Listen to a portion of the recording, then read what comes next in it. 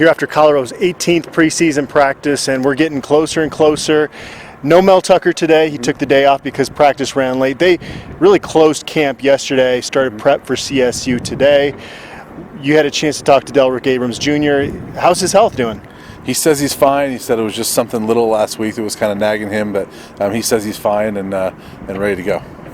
What else did you garner from that interview? This is a guy that they really need to stay healthy, one of three guys with experience, but I think he's clearly the number one guy there at corner. Yeah, I think so, and I asked him about that as far as, last year obviously he's a new guy, and I asked him about kind of stepping into a leadership role, and he says he's trying to do that and be more of a leader, because the reality is there's 7 guys over there and 3 of them have never played the position, so he's got to be a leader there. And he talked about the importance of, obviously you cannot predict or totally prevent injuries, but we talked about the importance of like him and Chris Miller and Mackay staying healthy to try to allow those younger guys to develop a little bit more. And so he's trying to do those things, and he's talked about how he's learned a lot of things from Coach Tucker and Coach Traveris, that he's kind of benefited from having Mike McIntyre, who was a well-known DB coach, and getting experience from these guys as well, so learning different things. So it sounds like he's having a pretty solid camp and maybe getting back to health. Had a chance to talk to Brian Michalowski, the outside linebackers coach, as well as Alex Changham, who we've heard has had a pretty good preseason. Changham's a guy that didn't play football in high school, had to walk on at a JUCO, and finds himself at Colorado last year. I thought it was a disservice that he only played 90 snaps, but played in enough games where he couldn't redshirt. Right. Especially as raw as he was, he should have come in here, played 4 games, had 2 years of eligibility. So he might just kind of hit his stride as a college football player when his eligibility is ending, which is kind of a shame. Yeah, it really is, because he's one of those guys that, you look back at that. Actually, we kind of thought it last year that Changham might be a guy that you could redshirt, but that for whatever reason they didn't do that. And it would be nice to have him for 2 years, because I'd be curious to see what he could look like next year, because we're hearing some good things about him this camp. And when I talked to Coach Mike last week, he said Changham's get off when he's rushing the passer is just explosive. So he's going to bring some pass rush there.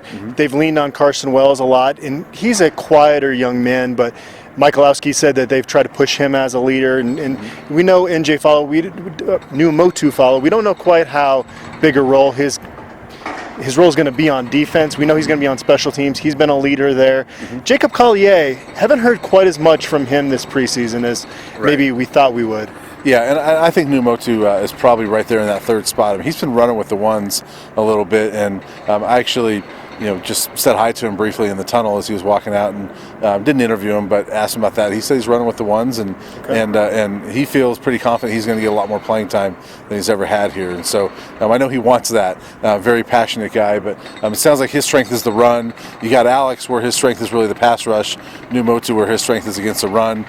So I think that those two guys can kind of play off each other. But yeah, Callier is a guy that haven't heard a whole lot about. It sounds like still. I know last year the talk with him was, let's get him to be more of a 3-down guy as opposed to a pass rush specialist. It sounds like he's still more of that pass rush specialist that we'll see on 3rd downs, but maybe not much more than that.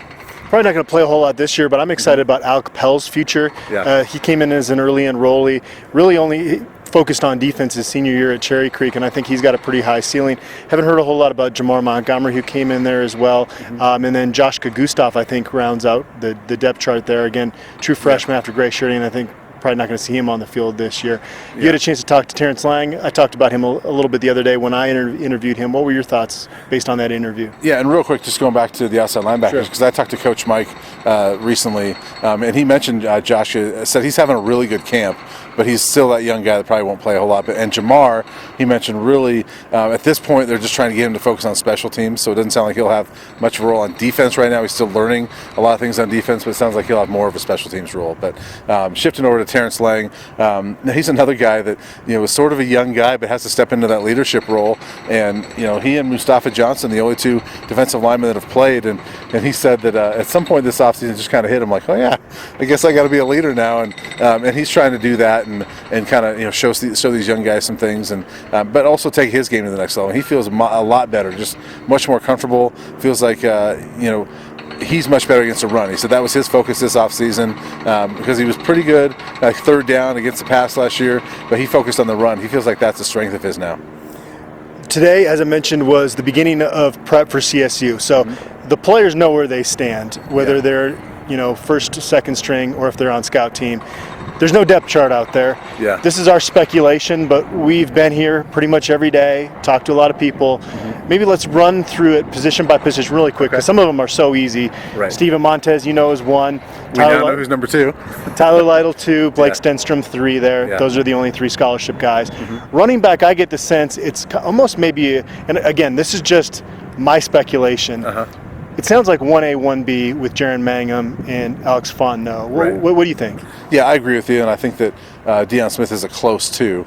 I feel like it's going to be those 3, but I do get the sense that it's really Jaron and Alex that are going to get the first chances. I don't know which one's going to start. I would imagine that maybe first snap, which is technically the starter, maybe it's Alex being that that older guy. But I think it's going to be kind of a 1A, 1B situation. But I think Deion Smith we're going to see a lot of as well. I like the fact that the separation is going to happen in games. Yeah. Especially, they've had some scrimmages, but when the bright lights come on, Jaron Mangum might just have that it factor, but we're not going to know until August 30th. And I think Jarek Broussard's going to get a few carries in there as a change of pace guy. Moving along at receiver, obviously, Laviska Shenault, Katie Nixon, and then Tony Brown, your third wide receiver. But with Dimitri Stanley playing in the slot, it's probably going to be Laviska, Katie, and Dimitri out there, and then Tony Brown, your first guy off there. Is that what you would think? Yeah, that's what I would think. And based on all the stuff we're hearing in camp, Daniel Arias and Maurice Bell, those next guys. But yeah, I would expect if they come out with 3 guys, there'd be Viska, KD, and Dimitri Stanley in the slot. And Jalen Jackson, it sounds like he's going to be the backup slot, so you think he'd get some run there as well. Yeah. Moving along the offensive line, again, we kind of knew a lot of this. Arlington Hambright, left tackle, I would imagine. William Sherman, right tackle. On the inside, it sounds like Lanat at center and Purcell at right guard, with probably Kerry Cush.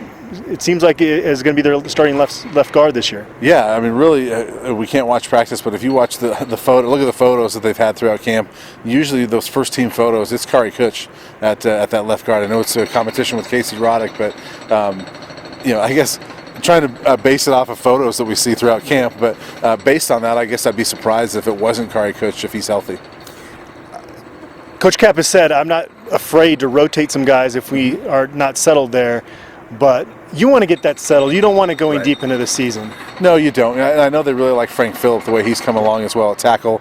I know they like there's 3 tackles they really like, and so I think there are probably 6 or 7 guys that they could play, but I do think you kind of want to go with those 5 and just let them run with it.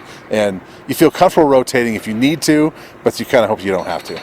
At tight end, I kind of get the sense there's maybe another 1A, 1B situation happening with Brady Russell and Jalen Harris. Yeah, I agree with you.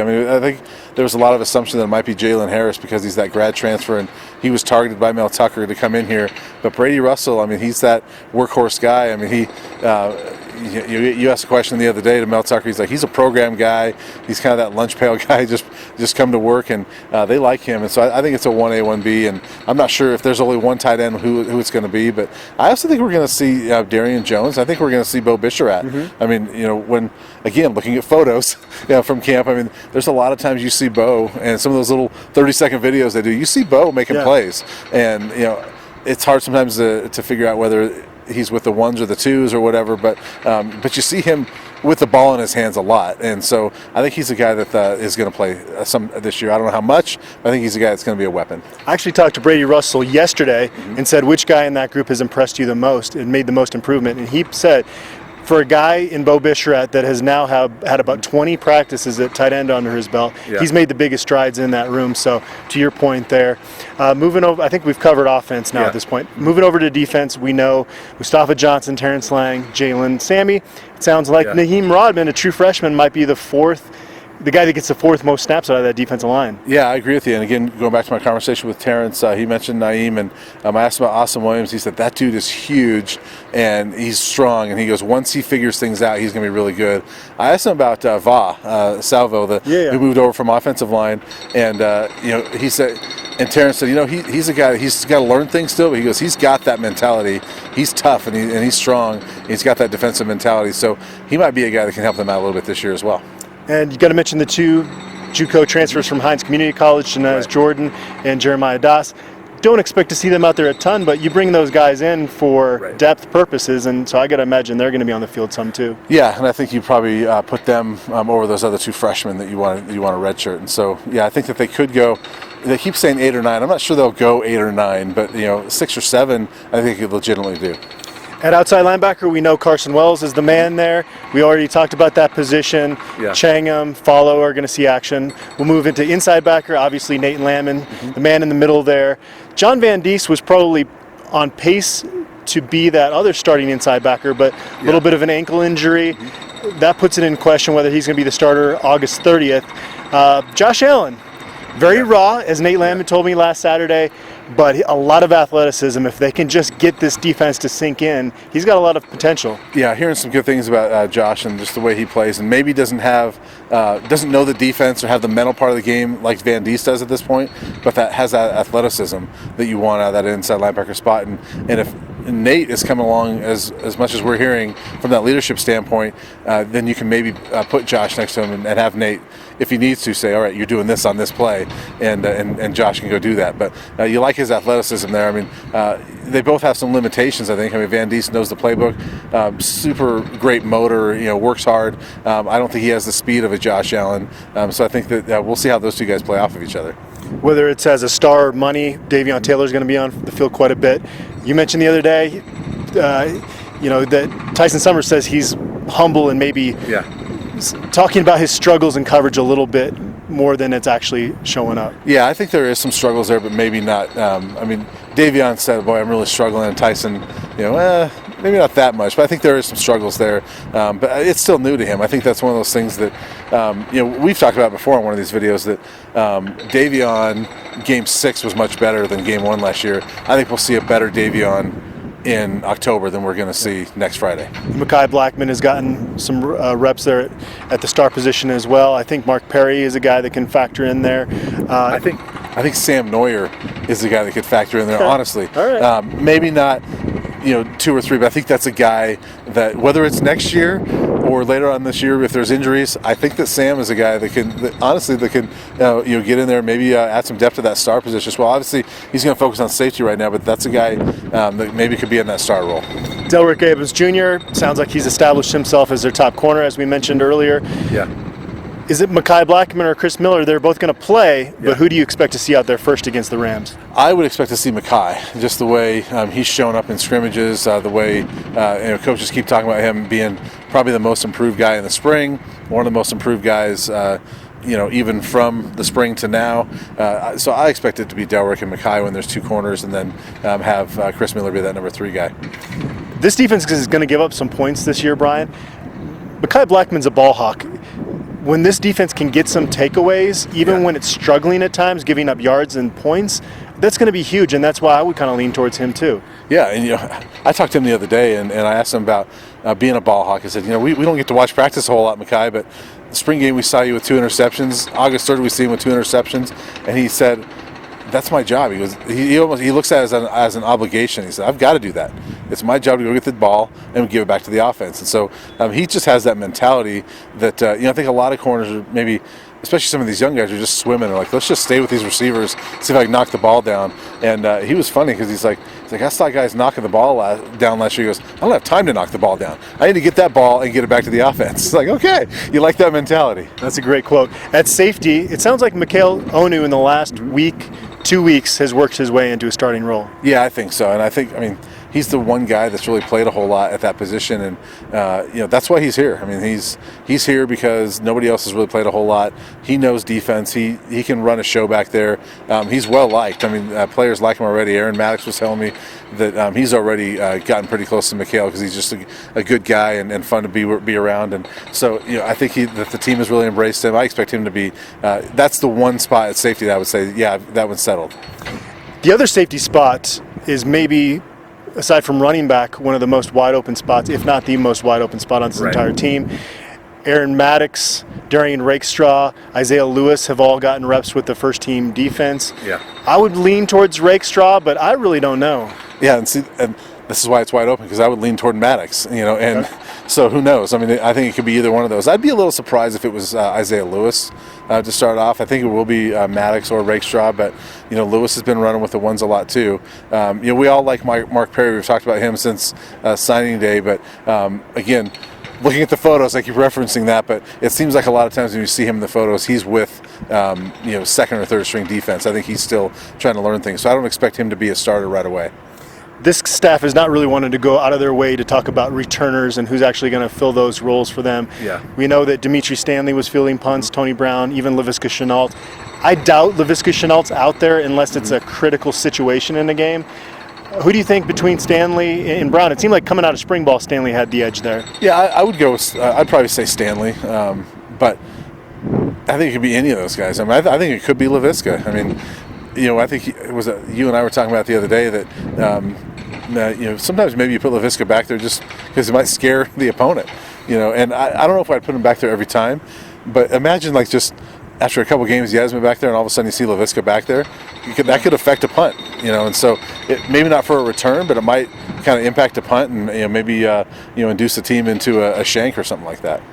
Kickoff return, Maurice Bell, you want to find a role for him. Right. He's pretty electric. Katie Nixon has had experience in that role. A couple names that come to mind to me there. Yeah, and between those two, I think I prefer to have Maurice. I mean, we haven't seen him, how he does actually gathering in the ball, but I guess between those two, I'd rather see Maurice back there just because I think, Katie had some injury stuff last year. You want to keep him healthy, and I just want to see Maurice Bell. I mean, he's been exciting to watch in the practices we've been able to see. I think he's going to be a little down in that wide receiver depth chart, 4th, 5th spot. So I'd like to see him get kickoffs and see what he can do there. We know specialists, James Stefano, Alex Kinney, and a shout out to JT Bell. Right. Long snapper entering his senior season. You want to share any profound thoughts there? I think that's one of the most solidified spots on the team. I'll just say that. Well, that's kind of our breakdown. I think it's kind of come into focus again. Kickoff specialists. You have a breakdown there? Kickoff specialist. I have not even thought about that, to be totally honest with you. I actually had a question about that. Davis Price has done okay in that role. Yeah, I had a question about that the other day. I don't know who it's going to be. I mean, Davis did a great job last year. I know James Stefano wants to do it, but I would expect that James wants to do it, I think, in part because you need to show that at the next level that you can do all those things. But I would expect Davis Price to be that guy. All right, there's going to be a couple team events the next couple of days, so no media availability. They're off on Saturday, so the next time you're going to see us is on Sunday.